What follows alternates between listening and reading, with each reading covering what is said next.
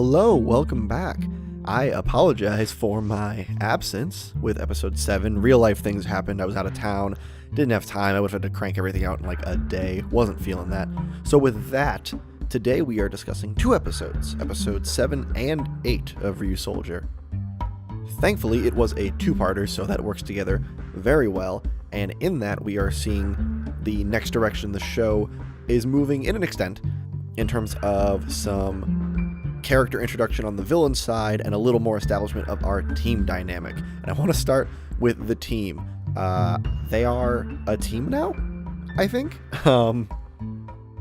Episode 8 seems to indicate that they are going to be a solid team unit. We had the begrudging fist bump of Bamba to prove it. I am very much happy with this team right now. I think Toa has come around, and I think his personality lends to coming around, because as much as he was kind of more of an asshole, he was sort of a happy-go-lucky asshole, so shifting to being friendly wasn't necessarily out of character.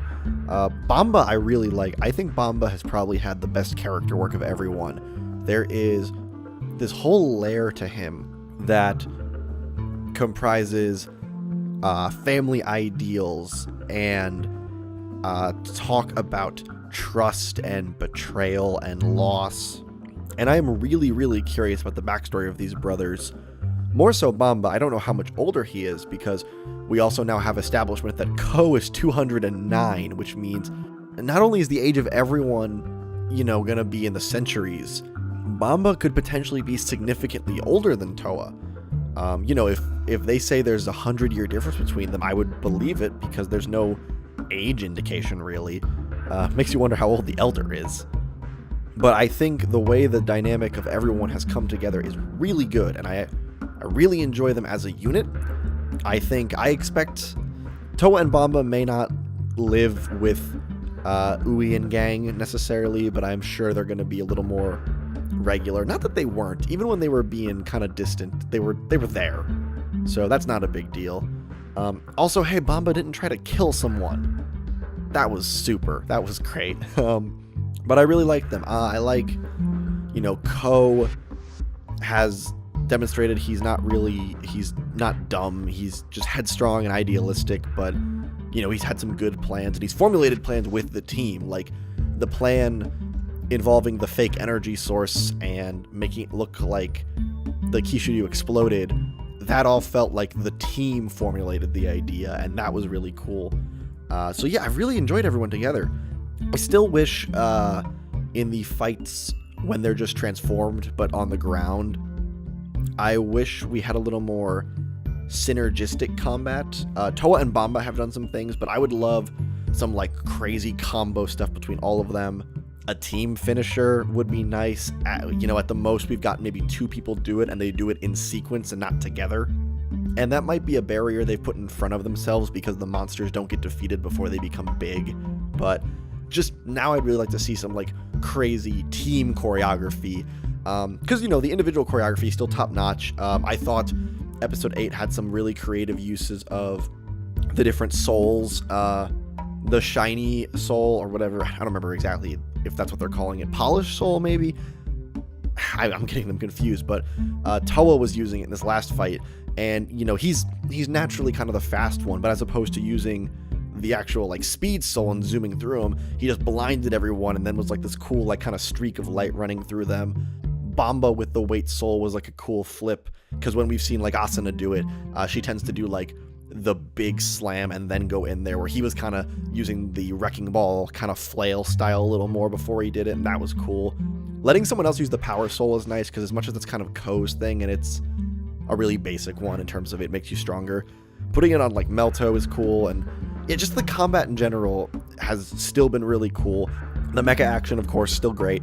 With Five Nights, I do think we've seen with Five Nights a little bit of slowdown in just terms of the weaponry is kind of big, but also this Minosaur was different because it was so air based that there wasn't as much like direct melee combat anyway, so that might have been more the way the monster was designed in this case. So it's still really cool, and I still really like what we're doing, and next episode having what looks like Kishiryu Triken has me really excited, actually, because not only will it be a little more nimble, but I'm glad they're going to use that, and hopefully Ankyros gets its own down the line.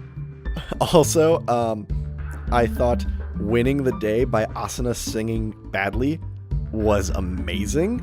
That was such a goofy little setup early on, and I wondered, I thought it was going to come up as like a way to differentiate Weisel and Fita, and it ended up being the way they win, and that was pretty amazing. I actually really liked that. And with that, I want to talk about Weisel, our new villain, our new Druidon general. I love him. I love him. I think he is so entertaining, which he would love to hear. That bombastic energy. I remember early on there was a little bit, and I thought this, and I think I saw the people say, like, he looks like he's going to be like a wizardy character. And that's not necessarily not there, but he's a performer. He's a guy with a microphone, cane, and a top hat, and he's just so out there, yells a bunch of stuff in English. I love whenever the Ryusoulgers do something cool, and he's like, that was great, how dare you. I really like him. He's already got 1,000,000 times more personality than Tank Joe did. Though I noticed we were also very much down Creon with this two-parter. He wasn't even in episode 8, and I think if he was in episode 7, it was very brief. I'd love to see them interact because it's such a different personality to throw against Creon, and I think it could be really funny. I would love it if Weisel got to be here for the next villain. I think he's got a good personality to play off someone of equal authority. We don't really know how that's going to go yet. We don't know if we're going to be rotating just one at a time, but that would be cool. But I really liked him. Enslaving the children was weirdly hilarious when the kids started attacking the Ryusoulgers and doing like decent action stunt work. Like those kids could kind of fight. It was a pretty simple fight scene, but like they did pretty well. Like, good job. I thought our two alien princesses in Cardena and Fita worked fairly well in that I didn't feel like it was weird for the show to just go, by the way, aliens, because the Druidon fled to space, but technically we're not fighting any like otherworldly beings because the Druidon are, as far as we know now, from Earth, and they're monsters, of course, but that is still a step up to throw aliens at us, and I felt fine. It was an interesting narrative. I could tell something was up, as the characters could, towards the end, which I liked, that the characters were not, just playing along, or they didn't do the thing where, like, Melto spends the episode being suspicious and everyone tells him to shut up. Like, I think they handled the subterfuge really well, and their return from the fake explosion was really great.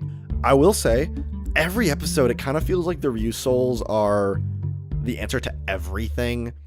Like, there's one that fixes any problem, mostly when they're not even transformed. It's mostly the stuff they're doing outside of fight scenes, and like, they're neat, but there seems to be one for any problem they have, and it hasn't been bad, but it's weird. I don't know a better way to describe it. It's weird. And there are some that seem to be very clearly made more for out of combat versus combat, like the vision and the hearing, stuff like that. I wonder if they've even made the like armor for those ones yet, or if they will for some of them. But it's a little catch-all. Hopefully they don't like, sonic screwdriver it too much where it can solve any problem. Like, that kind of thing doesn't usually bother me, but I'm just noticing that they keep using ones that I haven't even seen yet, that we haven't been shown. Like the duplicate soul, I'm just like, oh, wow. There didn't seem to be any limitation on those copies. They looked like perfect. That was weird. But setting that aside, I think the feel I'm getting for Ryusoulger so far is, I like it, of course. I hope I've expressed that well. It's definitely above average. I am not head over heels in love. This is going to compete to be like a top 5 Sentai by any means. It's also very early, but it's definitely entertaining me. I'm enjoying it, and I think this arc is a good start to keeping it that way now that we've gotten past the "this is the show" arc. I really want it to just accelerate, you know. Next episode obviously is going to be a character piece about Melto, which is good, because I think while he like everyone else has a personality I enjoy, I think now's the time where some of the characters need to get focus episodes. I think Melto and Asuna are kind of in line for that right now, because Toa and Bamba's introduction was sort of their character episodes, and Ko has just, you know, he kind of got episode 1, and he, as the leader, has always gotten a little bit of time. I don't think it's been too obtrusive lately. I think so far the red ratio is higher than the others, but not obscenely so, and that's fine in my book. This is about momentum now, and I think it's keeping it, and I want it to keep it. But yeah, really good stuff. Also, just a little note on Tiramigo learning to speak is adorable, and I love him. And I wish there was a way that all of them could do it. I understand why they're not gonna, but he is a good boy, and I like him. Especially when he ate the fake crystal explosion thing. That was amazing. Oh, also, Toa super fast running into the exploding Minosaur to save Fita was just really cool looking. Like, that was awesome. Yeah, it's fun. We have a fun new villain, a villain I'm very actually excited for, especially with Creon, Creon's already a pretty great villain character, but Weisel is honestly leagues above Tank Joe already for me, and that was kind of the vibe I was expecting anyways. So yeah, I'm very excited. I think the team has come together very well. I think the dynamic, a word I've said a lot, I know, is going very well. I think there will still be occasional friction, mostly between Bamba and the others, and I think it's going to lead to some cool stuff when we finally get more of his backstory, and that excites me. But yeah, really good stuff. Having a really good time, and I really want to keep having a good time, so keep it up, and hopefully in maybe 5-ish more episodes, once we get like Dime Volcano kind of showing up, and probably gonna start hinting towards like gold, hopefully, you know, they find a good way to balance toy introduction with plot stuff, because that's something we haven't really gotten yet, is like a proper like big new toy beyond the stuff that was part of like the initial wave. So that's going to be a real test, and I'm excited. You know, I'm curious and always a little hesitant, but mostly excited. With that, thank you so much for listening. Thank you for bearing with me as I did kind of a quick 2-parter summary. Thankfully, I think it flowed together and there wasn't a ton to cover between the 2 episodes separately. I will be back for episode 9. Normally should be on schedule by itself. Until then, thank you for listening, and take it easy.